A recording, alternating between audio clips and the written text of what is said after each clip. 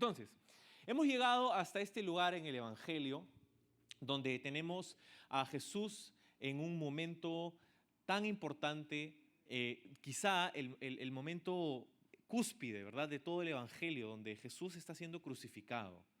Ahí se prendió el aire, qué bien. Estaba que me ahogaba. Entonces, hemos llegado hasta este lugar, ¿no? Porque hemos seguido a Jesús en este camino hacia la cruz, ¿verdad?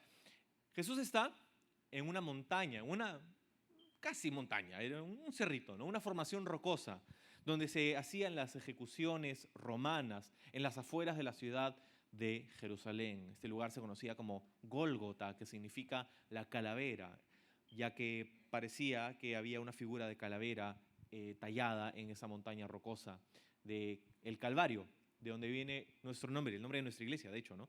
Entonces es curioso porque lo que estamos estudiando aquí en Lucas son los eventos que le dieron nombre a nuestra iglesia, ¿no? A la iglesia del Calvario, ¿no? Entonces, por eso decía yo, vamos a tomarlo con calma, porque no sé cuándo va a ser la próxima vez que vamos nosotros a visitar juntos este texto verso a verso de esta manera. Así que ahí es donde nos encontramos. Jesús ha sido colgado, crucificado, ¿no? Ha sido horadado, pues, ¿no? Con sus muñecas, sus pies a esa cruz, a ese madero. Lo veíamos la vez pasada. También la vez pasada, versos más arriba, veíamos que habían dos criminales que habían sido crucificados al lado de Jesús. Y como uno de ellos, en medio de su burla, en un instante parece recibir una revelación especial de parte de Dios, tanto que le dice a Jesús: acuérdate de mí cuando estés en tu reino. Y Jesús le da una respuesta sin precedentes, una respuesta increíble, que le dice: yo te digo, te aseguro que hoy mismo estarás conmigo en el paraíso, asegurándole la vida eterna, asegurándole el perdón de sus pecados, lo cual es un desenlace muy profundo, más profundo del que quizá tuvimos tiempo la semana pasada para visitar o tendremos el día de hoy para considerar, porque tenemos que ver este pasaje de acá el día de hoy, pero básicamente tenemos a esta figura de la crucifixión. Y es donde hemos empezado, aquí en el verso 44, donde dice: ya era alrededor del mediodía y la tierra se llenó de oscuridad hasta las 3 de la tarde, ¿no? Entonces, Jesús ha sido crucificado y todavía está vivo, ¿verdad? Todavía está vivo. Pero durante 3 horas, del mediodía hasta las 3 de la tarde, es lo que dice esta traducción. Otras traducciones dicen la hora, por ejemplo, la hora sexta, la hora novena, que es la forma en cómo ellos consideraban el tiempo. En el primer siglo no tenían relojes, entonces no es que consideraban las horas con minutos y segundos, sino que era la tercera hora, la sexta hora, la novena hora, que era una división del tiempo en más o menos lo que para nosotros sería como 3 horas, más o menos, ¿no? Entonces, esta traducción nos lo hace más fácil de entender y básicamente nos dice: era el mediodía, ¿no? Entonces, era el mediodía. Y Jesús ha estado crucificado ya por algunas horas. Acuérdate que Jesús no ha dormido nada esa noche. Ha pasado 6 juicios, 3 por parte de los judíos, 3 por parte de los romanos, y ha sido encontrado injustamente culpable. Culpable de ser sentenciado a morir, a ser crucificado. Ha pasado por estos juicios, ha ido del pretorio en la ciudad de Jerusalén hacia el camino del Calvario, ¿verdad? Hacia la calavera, hacia el lugar de su crucifixión, unos 3 kilómetros caminando, ayudado por Simón de Cirene. Veíamos todo ello. Ahora, Jesús ha estado crucificado por algunas horas, pero al mediodía dice que hay una oscuridad. ¿Te diste cuenta? La tierra, dice Lucas, se llenó de oscuridad. En el verso 45 dice: la luz del sol desapareció. Y este es un evento también sin precedentes, ¿sabes? Porque la hora era el mediodía hasta las 3 de la tarde. El mediodía se caracteriza porque, entre otras cosas, la posición del sol, ¿dónde está? Al mediodía el sol está directamente encima de tu cabeza, ¿no? Entonces es curioso que nos mencione que era al mediodía, porque algunos tratan de explicar este evento, ¿no? Como: oye, ¿qué pasó? ¿Y cómo es que hubo una oscuridad y la tierra se llenó de oscuridad? Entonces, hay algunas personas, ¿no? Hay diversas posturas y algunos dicen: no, esta es una fabricación de los evangelistas para hacer más dramática la cosa, ¿no? Y la verdad es que podría ser, ¿no? Si es que no hubiera sido este evento narrado en otras crónicas extrabíblicas también, ¿sabes? hay personas afuera de la Biblia, en el tiempo de los primeros 3 siglos, que contaban acerca de este evento, casi diríamos sobrenatural, en donde hubieron tinieblas en medio del día, donde hubo oscuridad al mediodía, ¿no? ¿Cómo se podría explicar este evento? Bueno, como te digo, hay algunos que lo explican simplemente deshaciéndose de la idea, ¿no? Y diciendo, bueno, es simplemente un evento que se les ocurrió a los evangelistas escribir. Y ya hemos dicho que no es probable, ¿verdad? No es probable, ya que hay evidencias extrabíblicas que cuentan acerca de este dato. Y ya te voy a mencionar algunas en un ratito, pero algunos otros dicen, es que era un eclipse, ¿no? Hubo un eclipse y entonces no hubo luz solar, ¿no? Ahora, la teoría del eclipse en realidad no es muy posible, de hecho yo diría es imposible, por un par de razones. Primero, porque dice que duró 3 horas y los eclipses no duran más de 7 minutos y medio, más o menos. Es imposible que un eclipse dure más de 7, máximo 8 minutos, por cómo funcionan los planetas, ¿no? Entonces, es imposible que un eclipse dure más de 8 minutos. Lo segundo es que es el mediodía. Es el mediodía y el sol está justamente arriba de nosotros, ¿verdad? Un eclipse no sucede a esa hora. Y una tercera razón por la que es imposible un eclipse es porque es la Pascua. Y la Pascua se celebra siempre en días de luna llena, porque los judíos celebran sus fiestas en base a un calendario lunar. Entonces la Pascua siempre cae en una noche de luna llena. Y eso tú dices, ¿y eso qué? Bueno, es que no puede haber un eclipse y luna llena al mismo tiempo, ¿sabes?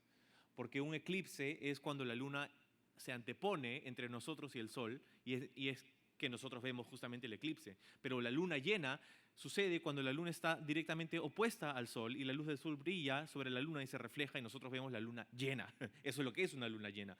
Entonces, es imposible que haya sido un eclipse porque es imposible que haya un eclipse y luna llena al mismo tiempo. Ok, no era un eclipse. ¿Y qué era? ¿No? Bueno, nadie sabe a ciencia cierta. No sabemos, no podemos ser dogmáticos y decir esto es lo que pasó. Nadie sabe exactamente lo que pasó. Algunos dicen puede ser una nubosidad, una tormenta que se avecinaba. Y si has estado en una tormenta severa en alguna vez en tu vida, no en esta ciudad, ¿no? Si has estado en otro lugar que no sea Lima y has visto una tormenta, digo que acá en Lima con la justa llueve, entonces difícil ver tormentas así, pero cuando si has estado en una tormenta, sabes que es posible que en medio del día nubes cargadísimas entren y lleguen y nublen la luz del sol tanto que parece como si fuera de noche. O sea, es una cosa, hay tormentas así, esas cosas sí suceden. Ahora, ¿podría ser eso? Es una explicación bastante razonable, que hubo un gran cúmulo de nubes que tocó, ¿verdad?, ese momento y cubrió la ciudad de Jerusalén en tinieblas por 3 horas. Eso podría ser. Ahora, eso es una posible explicación, pero yo creo que hay algo más de eso, ¿sabes? Porque hay un lenguaje aquí en Lucas y en los otros evangelios que nos dicen que las tinieblas cubrieron la tierra. O sea, de hecho, el concepto no era como el planeta Tierra, pero sí era, el lenguaje nos hace ver que está hablando no solamente de un lugar local, como en la ciudad de Jerusalén, sino de algo un poco más amplio. Entonces, personalmente, para mí, esto es algo que sí puede haber sido muy racional, ¿verdad? Muy racional, una teoría de una tormenta que vino y nubló las cosas. Ahora, dicho sea de paso, era primavera. Estamos hablando de marzo o abril del hemisferio norte. Entonces, difícil que haya una tormenta como en otras épocas del año. Entonces, ese es un punto en contra de esa explicación racional. Lo que a mí me deja pensando que básicamente esto es algo sobrenatural, ¿no? Este es un evento sobrenatural que no tenía precedente. Tinieblas, ¿no? Como una intervención divina. Y así es como lo veo, ¿sabes? Porque hasta este punto podríamos decir que si esta fuera una película, podríamos decir que los autores de esta película, en otras palabras, las autoridades romanas y judías, pensarían que esta película sería una comedia. Una comedia, burlándose de un falso maestro, de un impostor que quiso proponerse como el rey de los judíos. Y aquí está, en una cruz, este rey de los judíos, burlándonos nosotros de él, ¿verdad? Y haciendo escarnio y ridiculizándolo y diciéndole a los soldados, oye, si tú eres el rey y eres el Mesías, entonces sálvate, pues, sálvate a ti mismo y sálvanos a nosotros por si acaso, ¿no? Entonces, para ellos es una comedia cruel, ¿no? Una comedia cruel, donde Jesús es el centro y el punto, el objeto de todas estas burlas y escarnios, donde a Jesús le han puesto una corona de espinas, ¿no? Donde le han puesto una túnica púrpura y un falso cetro para decir, tú eres el rey, mira, ahí estás el rey, y comenzaron a pegarle y a escupirle, ¿no? Previamente a su crucifixión. Entonces Jesús es el objeto de las burlas de todos, de todas las autoridades en este momento, de los criminales que tenía al costado, previo a lo que ya vimos que pasó con uno de ellos, ¿verdad? Se burlaban de él, oye, sálvanos a nosotros también, ve, bájate a ti, bájate. Entonces, para él, una comedia cruel, horrible, nefasta. Hasta que sucede esto, la comedia se transforma en un drama de pronto, ¿no? Y se transforma en un drama porque ahora hay una respuesta divina a lo que está sucediendo. Tinieblas al mediodía. Algo insólito, inaudito.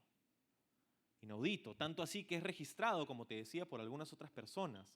Por ejemplo, Eusebio de Cesarea y Origen de Alejandría citan a un tal Flegón, que era un historiador romano del primer siglo, en el año 138. Él, Flegón, registra un evento similar a este en el área de Judea, una tiniebla, un momento de oscuridad, en un tiempo donde él lo asocia con la época de unas olimpiadas que justamente dan con este momento en la historia de los evangelios. Entonces, ahí tienes el testimonio de un historiador romano secular que citaba un momento de tinieblas en el mundo. Luego tienes a otro que se llamaba Tertuliano, que es uno de los padres de la iglesia, que vivió entre el año 160 y 220 después de Cristo.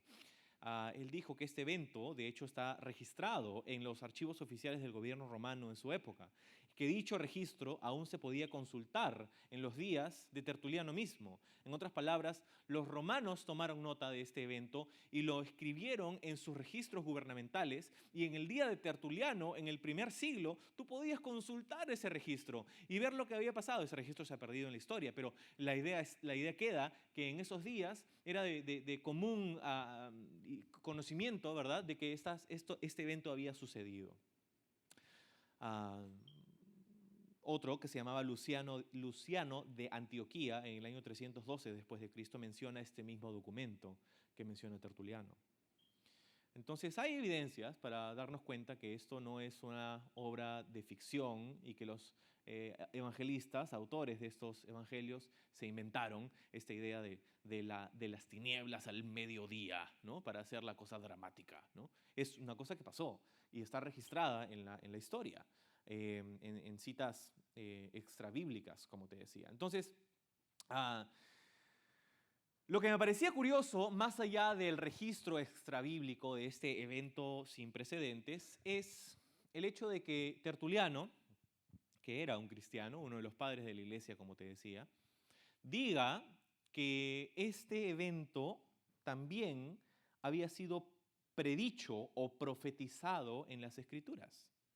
Ese es el testimonio de Tertuliano, que eso de las tinieblas al mediodía era el cumplimiento de una profecía bíblica, como muchas cosas que hizo Jesús, que fueron cumplimiento de profecía bíblica, ¿no es así? Y me parecía eso curioso, ¿no? Como, oye, está diciendo Tertuliano que esto es cumplimiento de profecías bíblicas. Ahora, nosotros tenemos la Biblia. Entonces, ¿cuáles son esas profecías bíblicas? Y me puse a buscar, ¿no?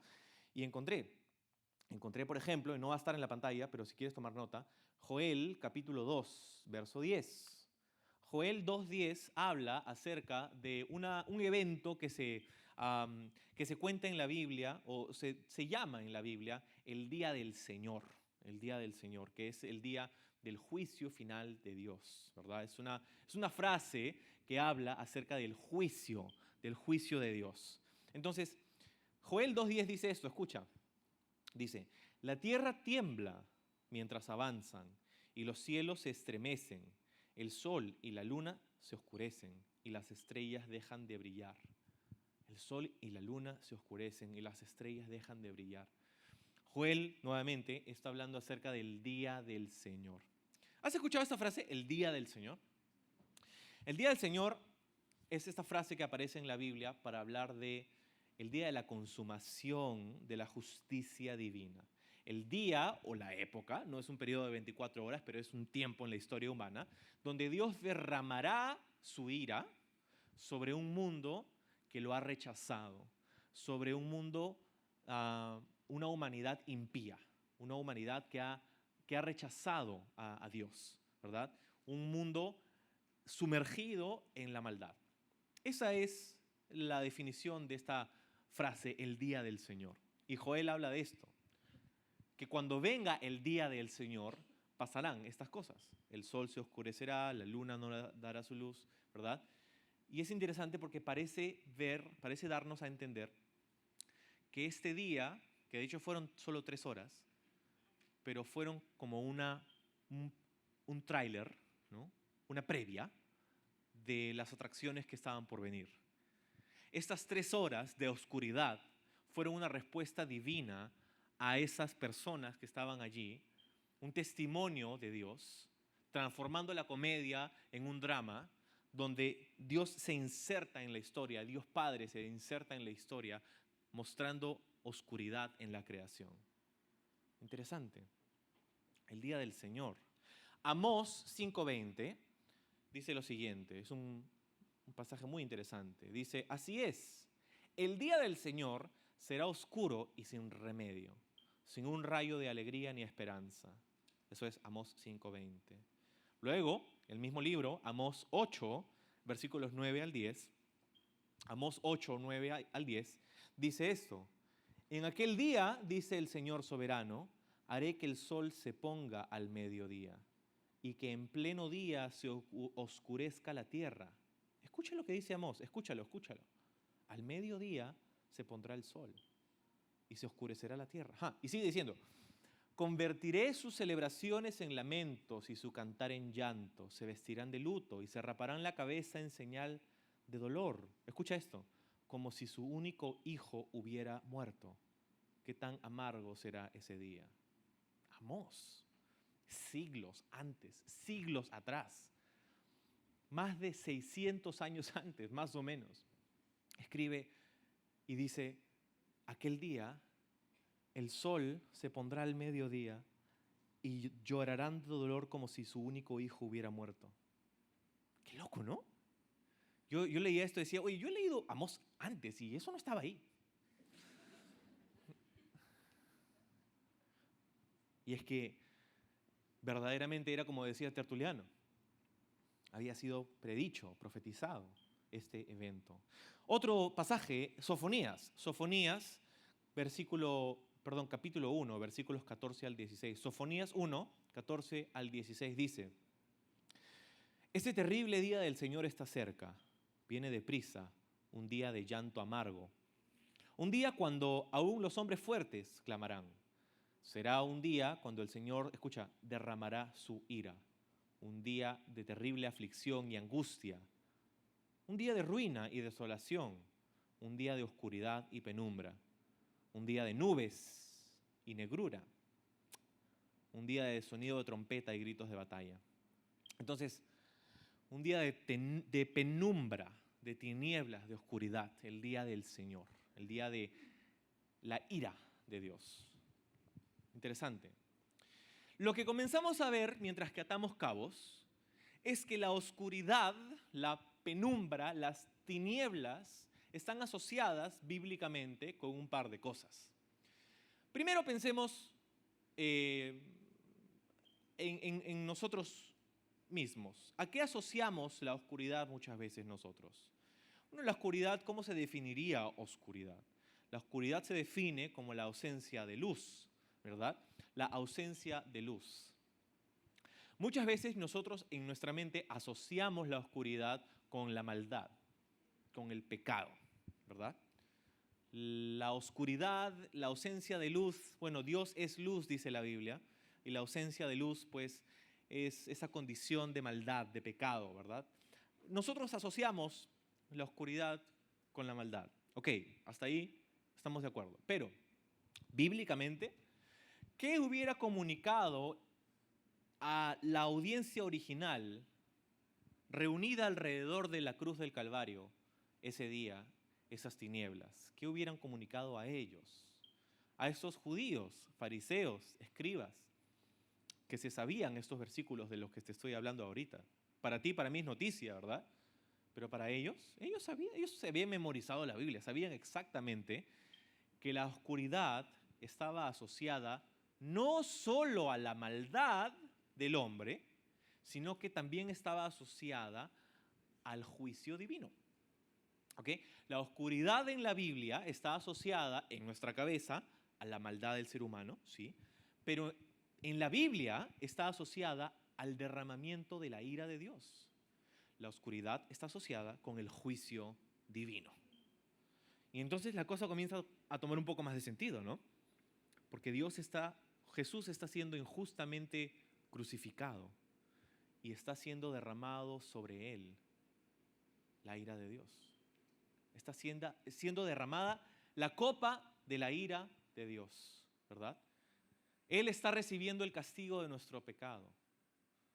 Están siendo estas 3 horas como te decía, un pequeño tráiler de lo que estaba por suceder, de lo que está por suceder aún en el futuro.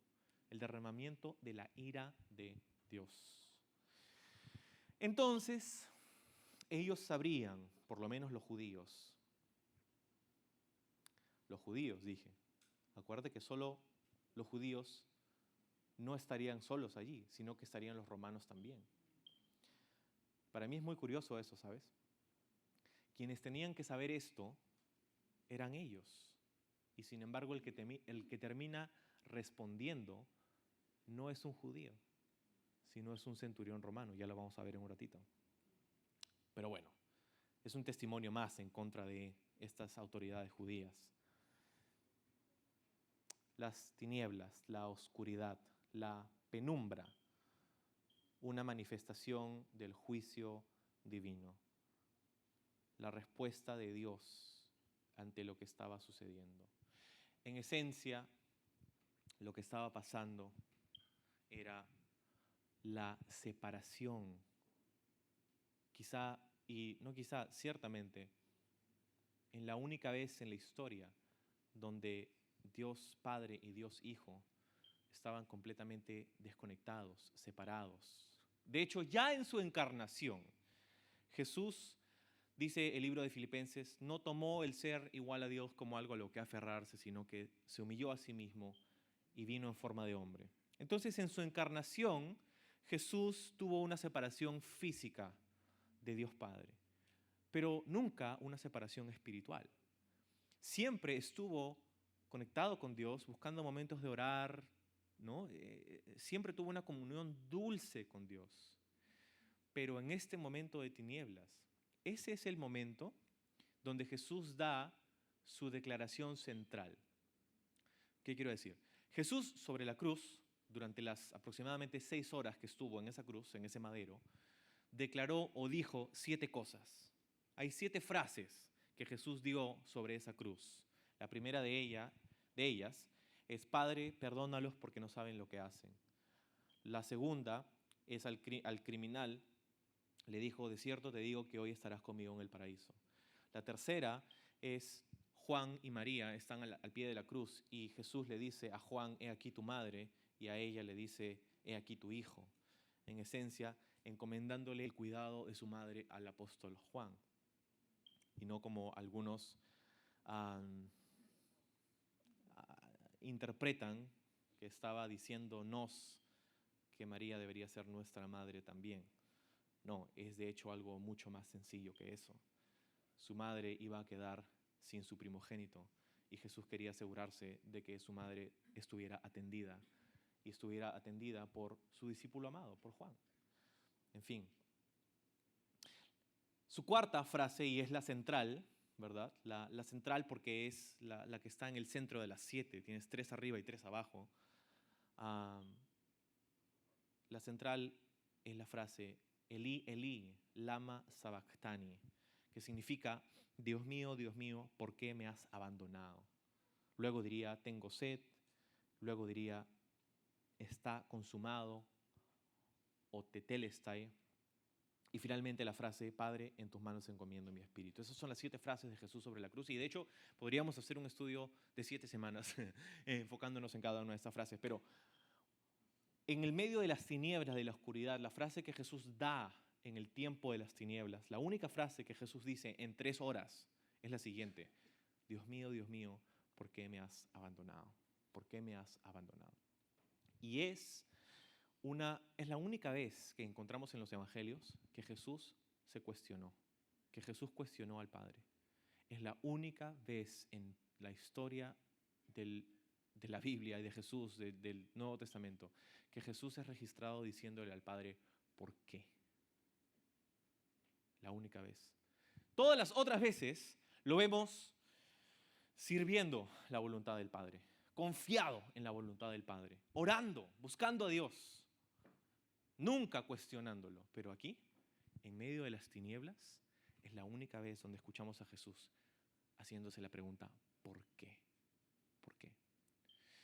Y es indicativo, ¿sabes? Es indicativo de la total desesperación en la que se encontraba Jesús en ese momento. Porque como te decía, es la única vez en toda su vida, en la historia de la eternidad, en la que hay una separación en esas dos personas de la Trinidad, entre Dios Padre y Dios Hijo. Es la única vez donde la ira de Dios está siendo derramada durante esas 3 horas sobre el cuerpo de Jesús. El justo, el inocente, el que no pecó jamás, recibió el castigo de toda la humanidad. Y decía Jesús, ¿por qué me has abandonado? ¿Sabes? Tú y yo hemos pasado tiempos, semanas atrás, considerando las implicancias físicas de la crucifixión. Y decíamos, es horrendo, es algo muy difícil lo que pasó a Jesús a un nivel físico, ¿no? No lo vamos a revisitar, pero la condición física en la que se encontraba Jesús no sé cómo duró tanto, de hecho, porque muchas personas, de hecho, morían mucho antes. Sin embargo, lo más horrendo de la crucifixión de Jesús no fue su condición física, sino fue la condición espiritual, ¿sabes? Fue esta separación la que produjo esas tinieblas y viceversa, ¿verdad? Esta separación de Dios Padre, de Dios Hijo, que produjo en Jesús la pregunta, ¿por qué me has abandonado? La única vez en la historia que Él se siente abandonado. De hecho, el camino a la cruz fue un proceso de abandono para Jesús, ¿no? Porque tenía 12 discípulos que luego fueron 11, y que luego fueron 3 que se fueron al jardín de Getsemaní, y que luego se quedaron dormidos, y que luego fueron 2 que lo siguieron al templo, y que luego fue ninguno, y que se quedó completamente solo, ¿verdad?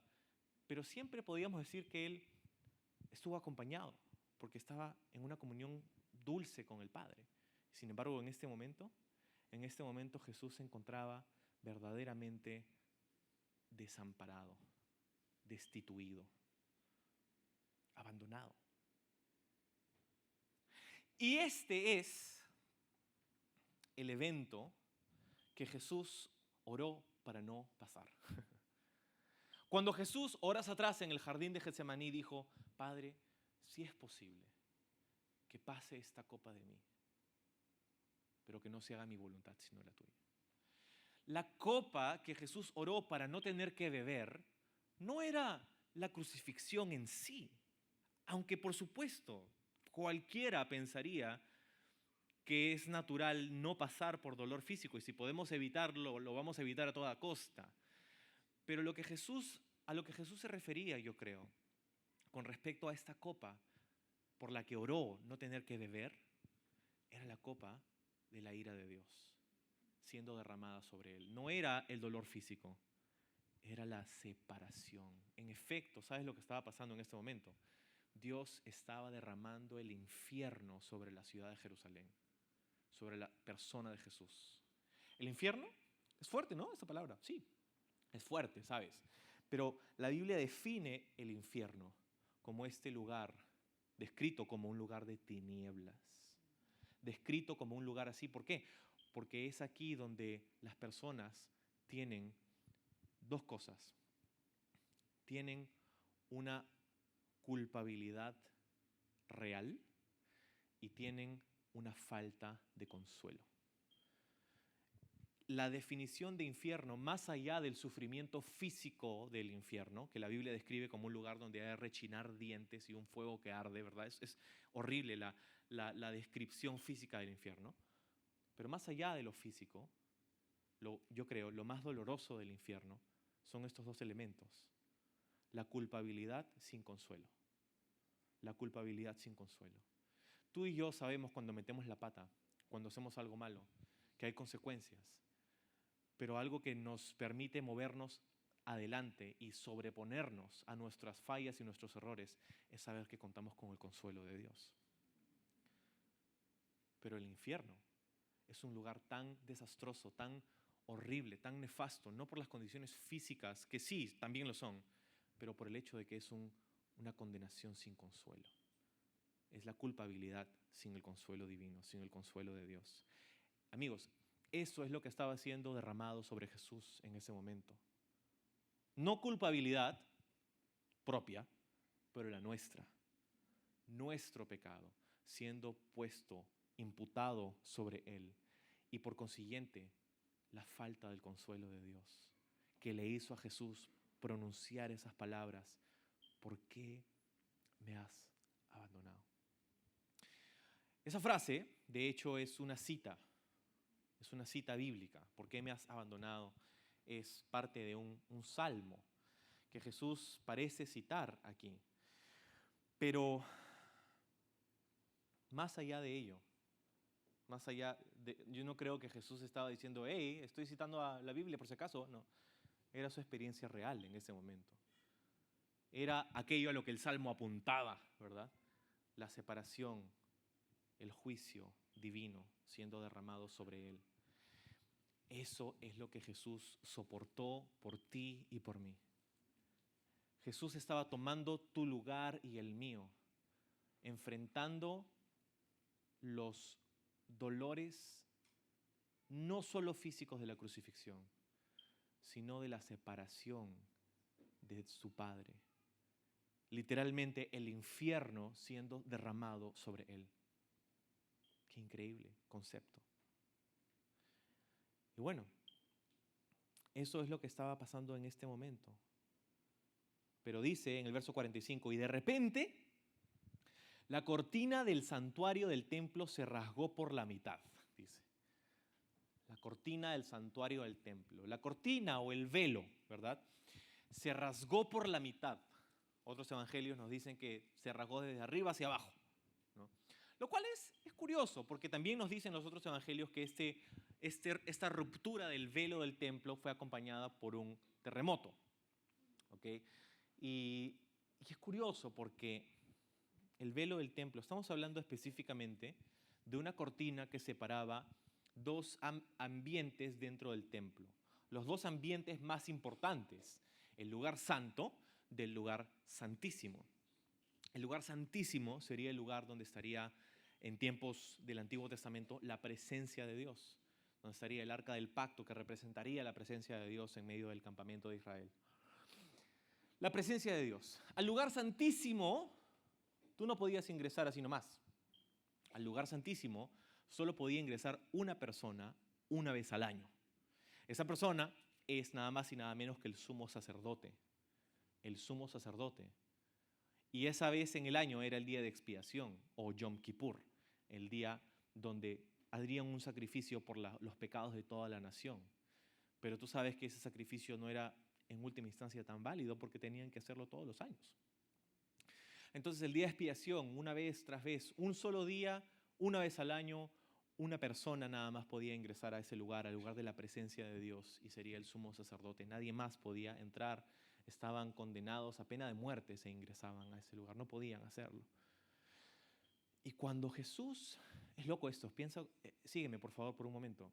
Jesús pasa por esto, 3 horas de tinieblas y oscuridad que culminan con un temblor, un terremoto, que hace que el velo se parta en dos. dejando libre el acceso a la presencia de Dios. Y de hecho uno diría, oye, es como que pensamos en el velo y pensamos como que una telita, ¿no? Que uno rompe así nomás. Pero el velo literalmente medía 18 metros de alto por 9 metros de ancho y tenía el espesor más o menos de la palma de tu mano. Entonces era más que un velo, era una pared de telas. Y romper un velo era como romper 3 guías de páginas amarillas, ¿no? O sea, yo sé que hay fortachones que rompen, no, pero imagínate 3, 4, o sea, es imposible haberlo hecho así nomás, ¿no? Es un acto divino en este momento. Está rasgando el muro de separación que no permitía que el hombre tenga acceso a la presencia de Dios. Amigos, este momento es en efecto el momento objetivo en el cual el trono del cielo se abrió para todo aquel que venga a la presencia de Dios por el mérito de Jesucristo. Esto significa que en ese instante, cuando el velo se rompe, cuando las tinieblas caen, en ese momento lo que Dios estaba comunicando es que el sistema de sacrificios, el sistema que necesitaba sacerdocio, el sistema que necesitaba un lugar físico, el templo, para que la gente se relacione con Dios, ese sistema estaba quedando obsoleto en ese instante. No hay más necesidad de sacrificios, porque todos los sacrificios apuntaban a este sacrificio. No hay más necesidad de sacerdotes, porque la figura del sacerdote apuntaba a este sumo sacerdote que estaba dando su vida por nosotros. No hay más necesidad de un templo, porque la presencia de Dios ya no estaría en un lugar físico, sino en nuestros corazones. ¡Qué increíble! Estaba deshaciendo el Señor un sistema. Y de hecho no es noticias, porque Jesús había dicho de antemano que esto pasaría. Voy a deshacer este templo, dijo Jesús, y en 3 días lo voy a volver a armar. Les había dicho eso. Y más atrás también Jesús les había dicho a los fariseos que Él estaba preparándose para hacer algo nuevo. Que el vino nuevo se pone en odres nuevos. Y que no remiendas una ropa vieja con un paño nuevo.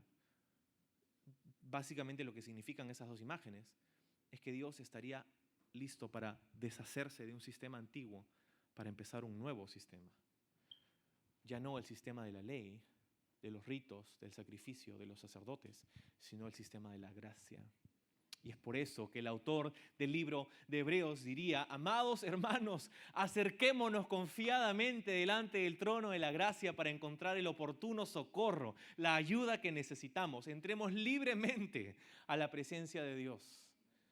Gracias a que ese velo fue rasgado, roto, ese sistema ya no es más necesario, porque todo ese sistema era una sombra que apuntaba a lo que Jesús estaba haciendo en ese momento. Y nosotros creemos en esta postura teológica, doctrinal, que se llama, o que le han llamado, el sacerdocio individual de cada creyente. El sacerdocio individual de cada creyente. ¿Qué significa eso? Significa que tú y yo y todos los seres humanos que existimos tenemos el mismo tipo de acceso a Dios. No es que yo, porque soy pastor, tengo más acceso que tú a la presencia de Dios. No, todos estamos en el mismo lugar. Somos pecadores empedernidos que hemos sido rescatados por la misericordia de Dios. Porque Él tomó nuestra carga. Porque Él pagó nuestra condena. Porque Él asumió nuestro lugar. Y el velo fue rasgado. Y ahora tú y yo tenemos libre acceso. Tú y yo no necesitamos un sacrificio, no necesitamos una serie de ritos para purificarnos, no necesitamos ir a través de una persona y que esa persona interceda por mí. No, tú puedes ir delante de Dios mismo porque Él intercede por ti. Entonces qué bacán poder ser hermanos y poder orar intercediendo unos por otros, pero entiéndeme, en última instancia el que intercede por ti es Jesús mismo. Y a quien tú necesitas para relacionarte con Dios no es a una persona o a un pastor, sino tú mismo puedes ir delante de Dios. Tú eres tu propio sacerdote. Eso es lo que creemos, ¿verdad? Que es lo que Jesús ganó para nosotros. Jesús ganó acceso. Y ganó ¿verdad? Esa es la palabra clave ahí, ganó. Lo que parecía una derrota, en última instancia, fue una victoria. La mejor de las victorias, la más dulce de las victorias, la más sublime de todas. Porque eso significa que ahora todos los que ponemos nuestra fe en lo que Jesús hizo por nosotros, podemos ser beneficiarios, merecedores, no por nuestros méritos, pero por la fe de ese perdón, esa gracia, esa compasión divina, por la fe. No por las obras que hacemos, no por los ritos que seguimos, no por los cheques que tenemos en nuestra lista, sino por lo que Jesús hizo por ti, por lo que Jesús hizo por nosotros. Bueno, dijo en el verso 46, Padre, es la última de las frases de Jesús sobre la cruz, encomiendo mi espíritu en tus manos. Y con estas palabras dio su último suspiro. Jesús expiró. Verso 47 dice, cuando el oficial romano o centurión romano encargado de la ejecución vio lo que había sucedido, adoró a Dios y dijo, este hombre era inocente de verdad. Mira, en esos versículos finales hay 3 respuestas y las 3 respuestas son válidas. La primera es del centurión romano. La segunda dice, cuando todas las multitudes que habían venido a observar la ejecución vieron lo que había sucedido, regresaron a casa con gran dolor. Otra traducción dice, regresaron a casa golpeando su pecho. Pero los amigos de Jesús, incluidas las mujeres que lo habían seguido desde Galilea, se quedaron mirando de lejos. Y esta es la tercera respuesta o reacción. 3 reacciones, 3 respuestas y las 3 son válidas. La primera, la del centurión romano, la del soldado romano.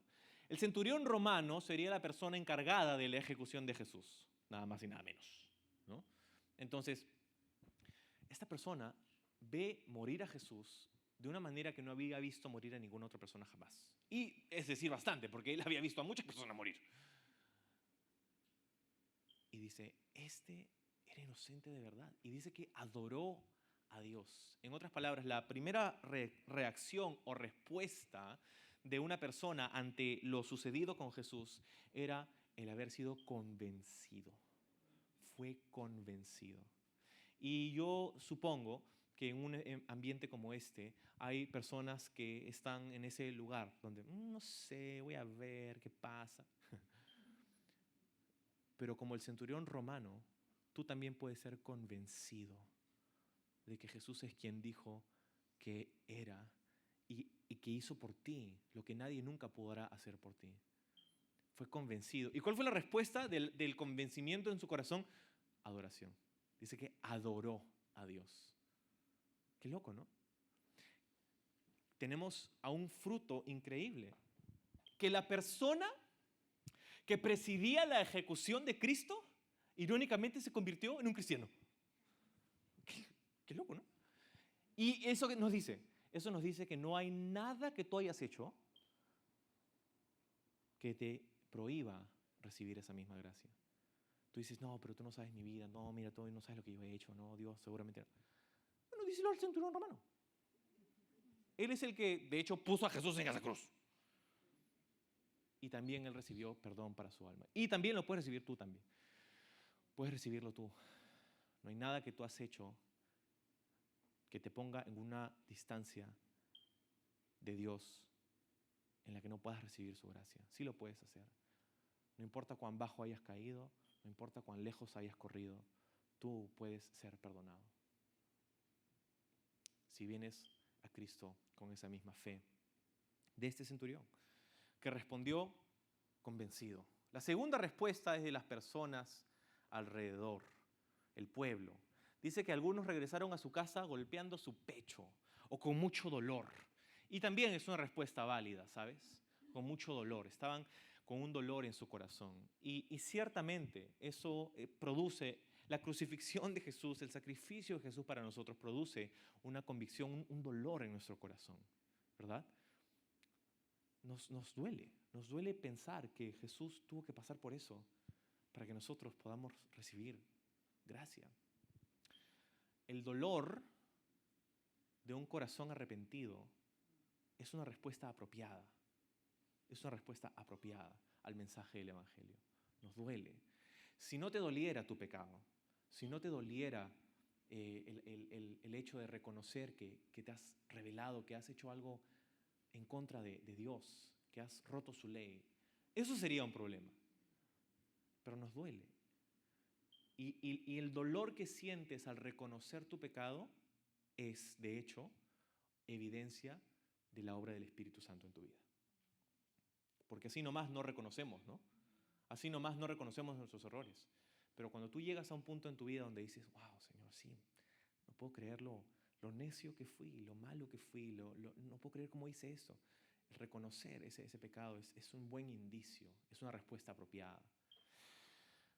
Solamente deja que ese dolor te lleve y te empuje hacia la presencia de Dios y no lejos de Él. Y la tercera respuesta es de los seguidores de Jesús, que dice que algunas personas, incluidas las mujeres que lo seguían, se quedaron mirando de lejos. ¿Te diste cuenta?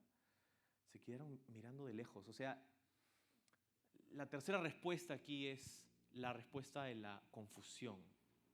Estaban confundidos. Se quedaron mirando de lejos porque es como, ¿qué acaba de pasar? No puedo terminar de entender y procesar lo que ha ocurrido. El Mesías, Jesús, ha sido ejecutado, ha muerto. Estaban confundidos y se quedaron mirando de lejos. Estaban confundidos. Y seguirían confundidos, ¿sabes? Seguirían confundidos por un día más. Estuvieron confundidos todo el día sábado. Pero llegó un domingo. Llegó un domingo en donde pudieron ver a Jesús resucitado. Llegó un domingo y con él la noticia de una nueva esperanza, de que Jesús no se había quedado en el sepulcro, sino que había resucitado, de que la muerte no había vencido, sino que de hecho Él había vencido a la muerte. Y esa confusión solo cobró sentido cuando se encontraron nuevamente con Jesús. Y yo te diría lo siguiente, eso también es apropiado, ¿sabes? Porque en tu vida y en la mía van a haber situaciones donde nos vamos a sentir confundidos. Somos seguidores de Jesús, sí, pero muchas veces pasan cosas que no entendemos en nuestra vida. Y nos vamos a preguntar como Jesús, ¿por qué? ¿Por qué me has abandonado? Decimos a veces a Dios. ¿Por qué? ¿Por qué? ¿Por qué pasa esto? No lo entiendo, estoy confundido. Sí, ¿sabes? Van a haber situaciones en tu vida que te van a dejar perplejo y que no vas a saber cómo procesar. No vas a saber cómo compaginar ese evento, eso que te ha pasado, eso que te está pasando, ese dolor, ese sufrimiento, esa enfermedad. No vas a saber entenderlo. ¿Por qué? Y nos cuestionamos. Y ¿sabes? Es natural que nos cuestionemos. Es natural que cuestionemos al no entender lo que Dios está haciendo. Jesús mismo lo hizo. Pero sin embargo, en medio de esa confusión, Jesús se entregó a los propósitos de Dios. ¿Y los discípulos? Bueno, no cobró nada sentido hasta que volvieron a ver a Jesús, ¿sabes? Y para ti y para mí hay situaciones en nuestras vidas que no van a cobrar sentido hasta que veamos a Jesús otra vez. Porque proverbialmente nosotros vivimos en ese sábado, ¿sabes? Entre la muerte de Jesús y su retorno. Nosotros estamos en ese lugar, donde sabemos lo que Jesús hizo por nosotros y sabemos lo que Jesús hará por nosotros, pero estamos en medio. Y en el medio hay confusión, y en el medio hay dolor, y en el medio hay un signo